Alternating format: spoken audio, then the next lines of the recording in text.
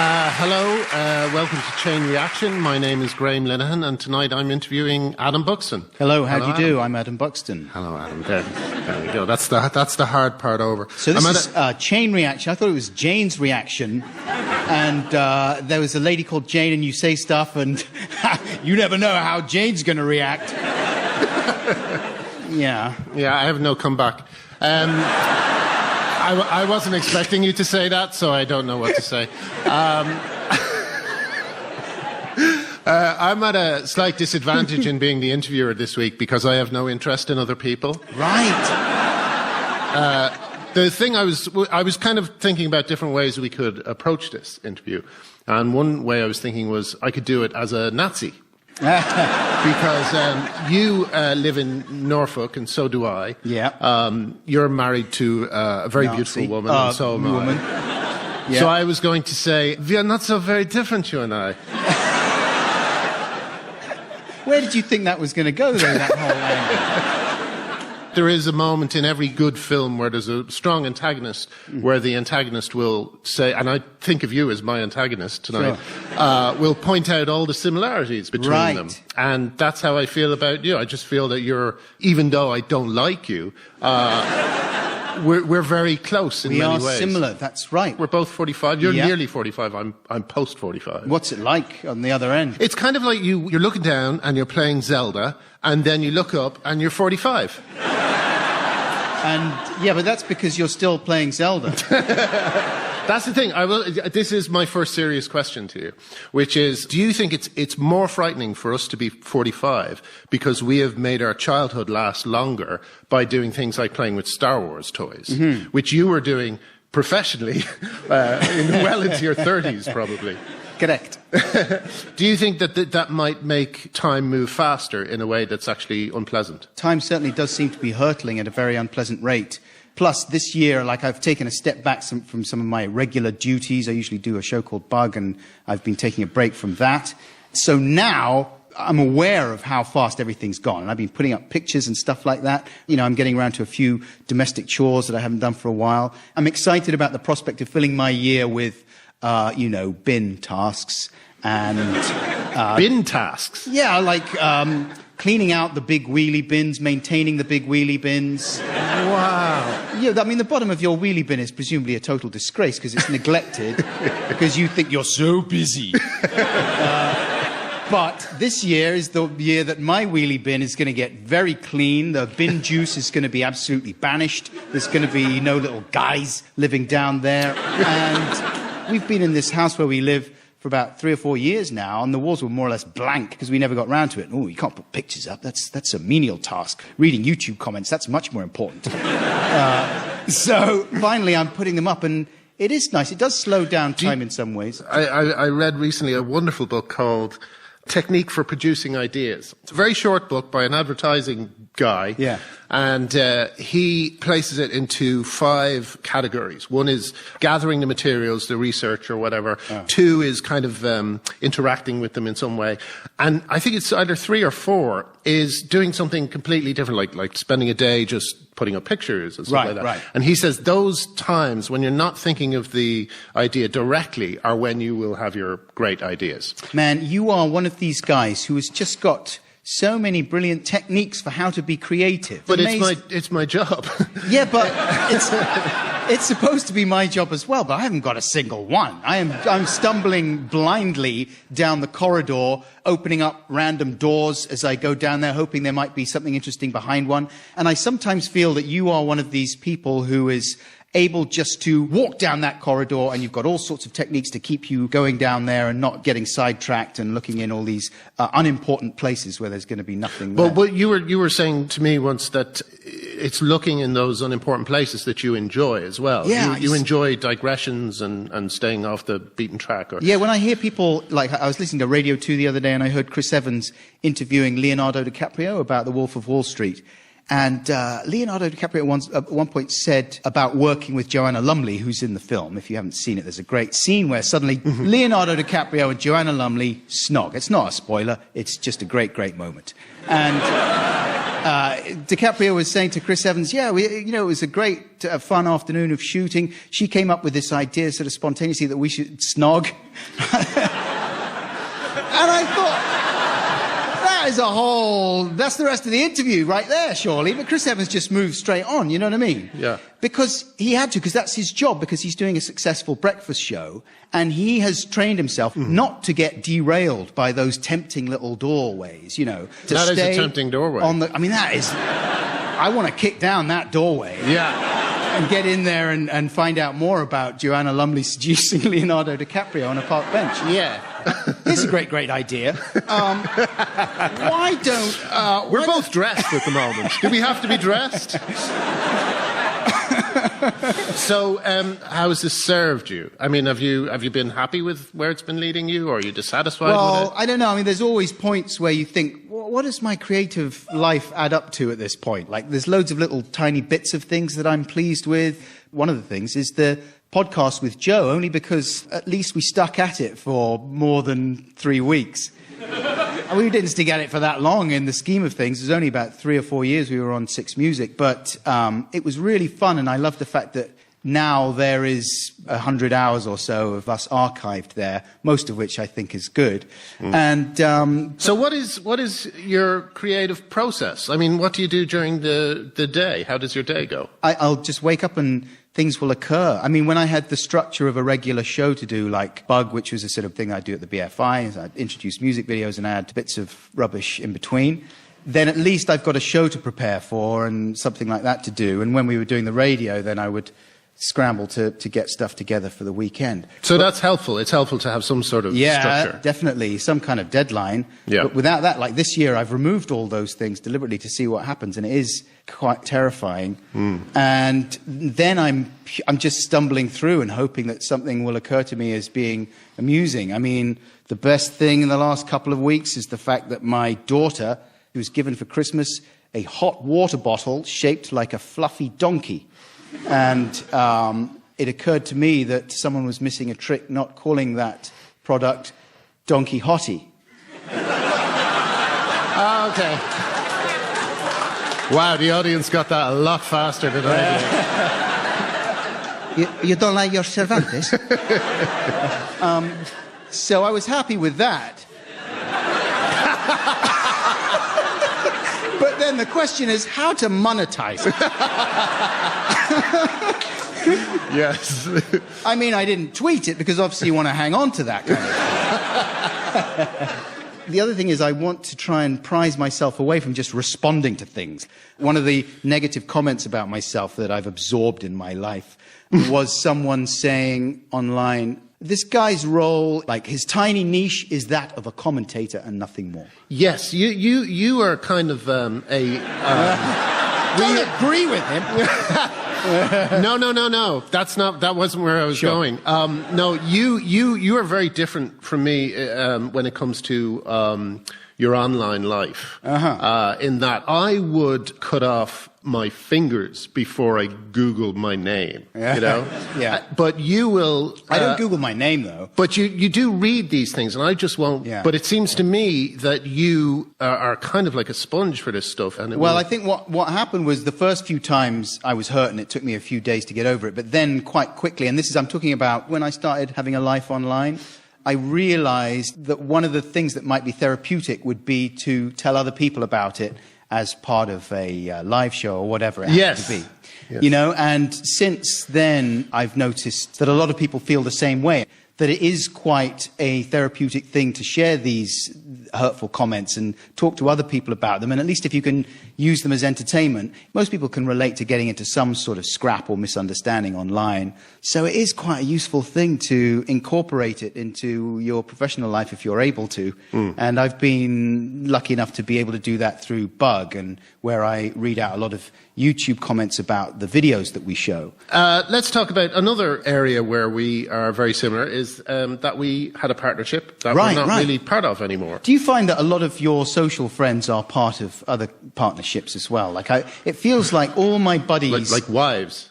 Yeah, well, that's the thing. But it is very much... I mean, it seems like a kind of trite thing to say, but it is a lot like a marriage, though, isn't it? Except without the actual... Exactly.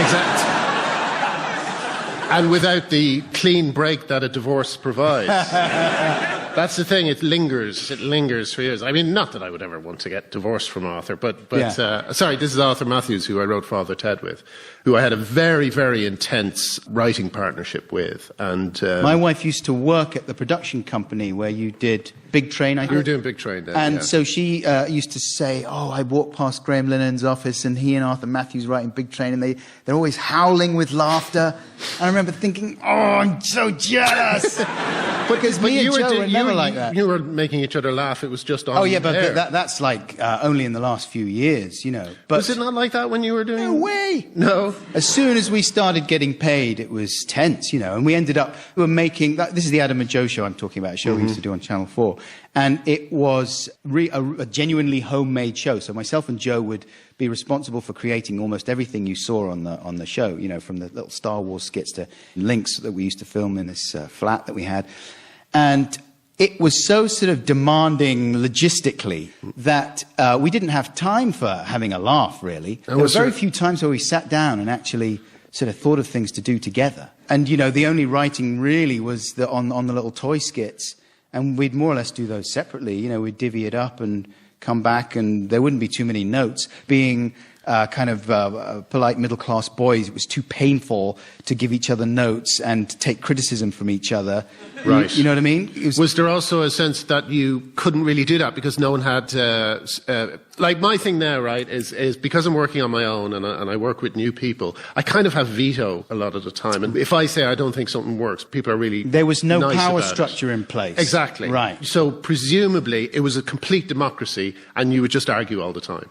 Yes, and also I was so immature about the way I would express my views, and I was way too forthright about things that I thought weren't very good or whatever, and I took it way too personally when any criticism came my way. Did you ever burst into tears during an argument? I certainly felt like it a couple of times, and I remember there was one argument that the closest we came to actually physically having a fight as well, and certainly there was a lot of voice wavering going on. We had a massive and very upsetting argument about which was better, PlayStation or the Nintendo or whatever. But it couldn't have been about that. It must have been some turn of phrase that you felt struck you. Yes, I think it was Joe dismissed out of hand the idea that the SNES could be an absolutely the coolest console. Right. And he was so haughty with it, I couldn't bear it. And I just thought, you just read about the PlayStation in one of your magazines. And now you're coming and lording it over me, Mr. Hoity-toity, with your PlayStation. No, I'm not going to take it. So it started off being like a funny parody of this kind of crap slacker conversation. But very quickly it got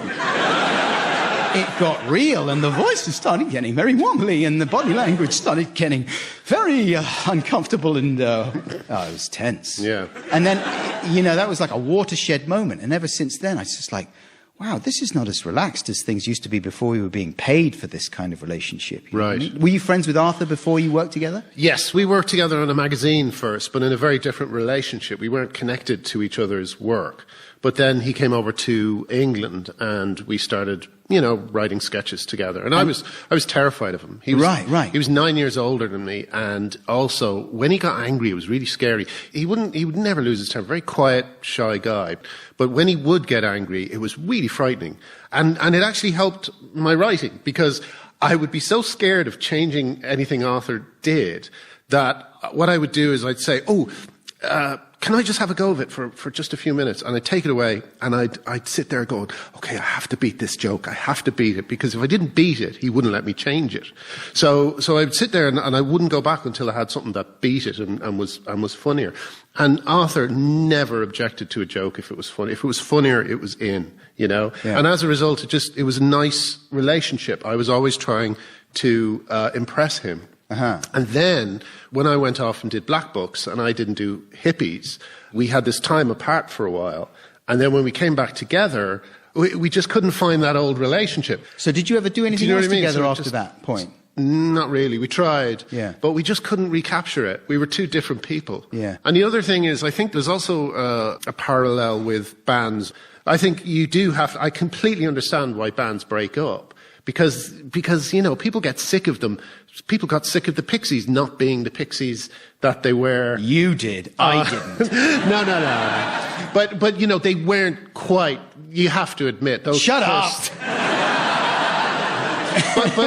But my point is, I don't know. Someone saying I want to go and do my own thing is completely understandable. I'm sort of obsessed at the moment. I'm having a Beatles breakup jag. Really I love them. They're a good band, aren't they?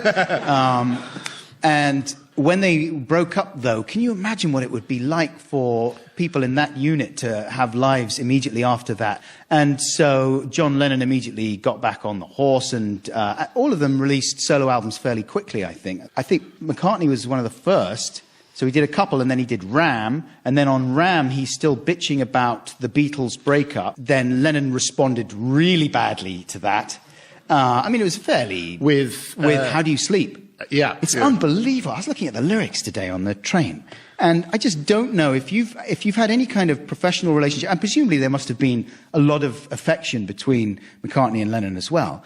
And then you hear lyrics like, "Those freaks was right when they said you was dead. The one mistake you made was in your head," which I don't understand.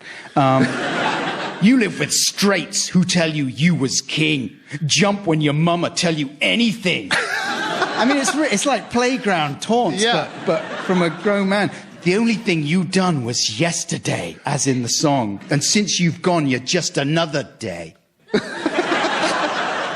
"A pretty face may last a year or two, but pretty soon they'll see what you can do. The sound you make is music to my ears." Really?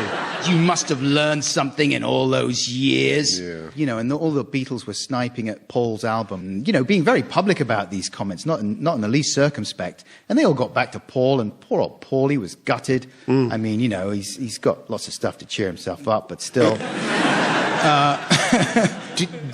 How about yourself and Joe? Do you ever have that? What do you mean?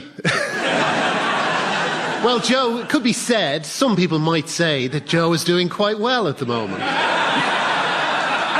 don't know what you're talking about.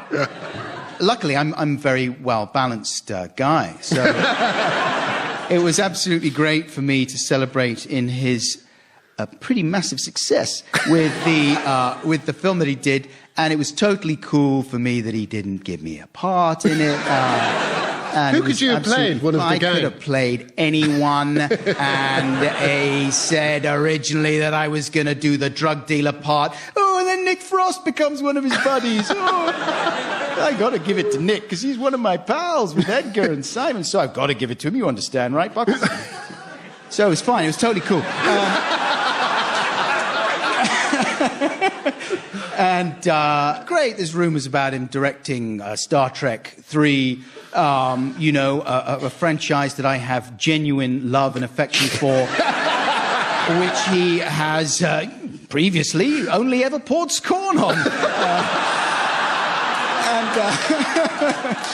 And no doubt a role in that will also not be forthcoming, but that's fine because he's ploughing his own furrow, and that's great, and I celebrate that. No, it's like, I suppose initially, it was weird because we grew up fantasizing about doing all these things, when we were friends since we were 12, and we had like a little made-up corporation, the Joe Ads Corporation, with ads spelled A-D-Z, and we did like logos and stuff, and our whole fantasy was like, yeah, one day, and I guess then as it sort of came within our grasp, I kind of thought, wow, we might actually do this, we might sort of make films together and stuff one day. And so at first, the TV show was amazing to be working with him on that. And it was weird, though, when he went and he did the film stuff eventually, because we both tried to work on stuff together for a while. But we just didn't have that. We never learned to have a properly structured partnership. Like, as soon as you go into a professional partnership with someone creatively, you should just go and do several weeks of counselling. To learn some good habits, because we just got into all the bad ones immediately. It sounds to me as well that because you've been friends since childhood, again, it's that kind of democratic thing. It's hard when there's no boss, Exactly. I almost feel like you should be able to say at the beginning of a project, I'm the boss on this one. Yeah. You know, and then on something that the other person loves, you say, okay, you know, you have full veto, you know, if you don't like something. And as long as you have that, then I think everything would be kind of, it's when things are a complete democracy that I think democracy might work for countries, but they don't really work for creative partnerships sometimes, you know? Yeah, exactly. It's not like we've ever fallen out. You know, we still talk about doing things together and stuff, but it's just always a question of finding the time. And in the meantime, I'm sort of hoping to eventually, at this late stage in the game, learn some skills for actually how to efficiently collaborate. Because so often what we ended up doing was isolating ourselves when we were making things. And Joe got himself out of that habit. But I never really did, so... But you're very isolated at the moment in your location. Like, you live in the wilds of Norfolk. Yeah, that's right. Miles from anywhere. Yes, true. And you've got your studio there that you were hoping to kind of turn that into Skywalker your own Ranch. Creative... Yeah, Skywalker Ranch. Sure. But are you not worried that that might be too isolating? And I mean, I find that I like to be alone, but you are happy with your own company creatively and your... Yes and no. I mean, but you must have days when you are pulling your hair out and you just think, I am absolutely mediocre and I deserve to only clean bins. And no.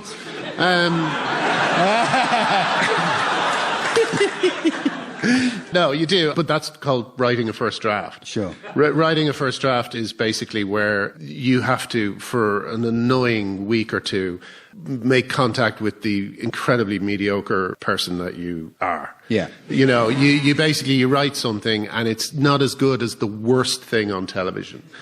And then you rewrite it and it gets a little bit better, and you rewrite it and it gets a little bit better and stuff like that. So you have to be able to be a bad writer before you can go on to make stuff really good. Do you sometimes think that something has to be perfect? Yeah, because you have these fantasies about what something might be, and you have these... and then you see the thing that's in front of you and it's terrible. Yes, exactly. You just think, oh, no, that is way, way short of what I was imagining. There's a story about a director who was working on a musical, and they didn't know what to do with the dancers during this scene. So the director said, just have them march up and down, we can change it later. And it's the very thing of having the dancers walk up and down, just marching up and down the stage. It just gives you something to work on. Yes, you've got to start. You've got to actually... You got to start. Get on with things, yeah. Yes, yes. And that is what I find difficult. And but that's the hardest part. Once that's over, it's easy. Do you not procrastinate and stuff, though? Oh, God, yes. What kind of rituals have you got going there? I mean, I try and do what I call, useful procrastination. I have literally spent hours in the past looking at websites with tips for how to stay focused when working from home. Yeah. Absolutely. And, hours evaporate. Yeah. And then you'll get finished with that and you'll think, oh, yeah, I'll read some words of wisdom about creativity. Yes. Or here's a video with John Cleese with 5 tips about how to be creative. Although that video is amazing. It is great. It is amazing. So you feel like, oh, I'm working. Because I'm picking up but you are. tips. But that's my point about practical procrastination. I will happily put 2 hours of my day into looking up things about creativity or looking up things about the project I'm working on or whatever it happens to be. Because all the stuff is, unfortunately, the hard work of it comes from that moment when you're writing that terrible first draft. The real work is actually being done by your subconscious. Your conscious mind is sitting there thinking, I suck. But your subconscious is actually getting to work on stuff. And you must have found that your best ideas come to you when you're walking or when you're not thinking about the idea, you know? Yeah. It's because your subconscious is this huge glacial thing under the water that's just doing a lot of work when you don't realize it. Unfortunately, it doesn't let you in on the fact that it's doing it, you know? So you just feel perpetually stupid. Yeah. And you've got to have the skill set for actually responding to those ideas when they come and taking them seriously. That's the other thing. Yeah. I think there's little signs. Like a good idea is insistent. It just keeps knocking on the door. Don Quixote. You know? But bad ideas just leave you alone after a while. Sure. You know? I was going to ask about your attitude to putting stuff up online. Oh, yeah. I believe, right, that one of the tricks to creativity is you only let people see your great stuff. Right. You know, you'll see comedy writers, people who filmed a sketch or something. And you'll see a great sketch by them, and then you'll go to their website, and there'll be 10 more sketches, and none of them are any good. Yeah. So the power of this one great sketch has been destroyed by seeing all this stuff that should be on a DVD extras type of thing. Yeah, it's not been destroyed, though, has it? Yes. Well, only in this, I really do think, I remember you put up something once. I remember. Oh, no, I was doing a live show. Yes. That's right. And you introduced it. You said, this doesn't work. It's terrible. Anyway.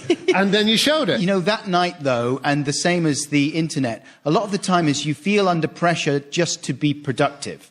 You feel like people will forget that you exist if you don't post anything, and you'll just vanish. So if you've got anything at all that you can just feed the pot with. But one of the nice things sometimes, though, is that a really quite slight idea that has a little charm, you know, it's quite nice. People can just sit online and go, and, yeah. No, that is nice. But I also know what think, you mean, of course. But there's also a thing of, there's a great story about a magician. He used to go to people's houses in Victorian times and do private shows. And he took off his top hat and he put it on the table. And then he did all these tricks. And after a while, someone at the party said, Monsieur Alfonso, you have shown us many tricks tonight, but you have not shown us anything truly extraordinary, you know. And he leaned forward and he said, and he picked up his top hat, and there was a solid block of ice underneath his top hat, right? And I met this magician, and I said, how did he do that? And he said, well, probably had it, in a sling under his arm, and he kept it there all night. And then he said, the genius of that is that he waited for someone to ask that question. He waited for the perfect moment to lift a hat, you know? Yeah. So that's kind of how I see some of the stuff that you have in your bank. Yep. That, you know, wait for the right time to produce it. And then people will think, how the hell did he do that? Yeah. Do you know what I mean? But you don't know. That's the thing. You don't know if it is an absolutely beautiful... No, I think you do know, because I think if you put things away for a while and forget about them, then when you come back to them, you see how good they are. You see them as a member of the public who doesn't know you would see them. You see them without ego. You don't remember the hours it took you to do it. Keep writing ideas, and then a year from now, you look at your book of ideas, and one of them makes you laugh out loud. Then you know that's going to be something worth keeping, you know? Don Quixote. I mean, that is an absolute peach. I'm so glad I didn't tweet it. You see, I really held back on that one. Didn't I, Graham? From it, yeah. The timing was perfect for that one. Well, I guess that leads it to me to say thank you very much, Adam Buxton, for talking to me tonight. Oh, thanks, man. Nice to talk to you. Cheers, Graham.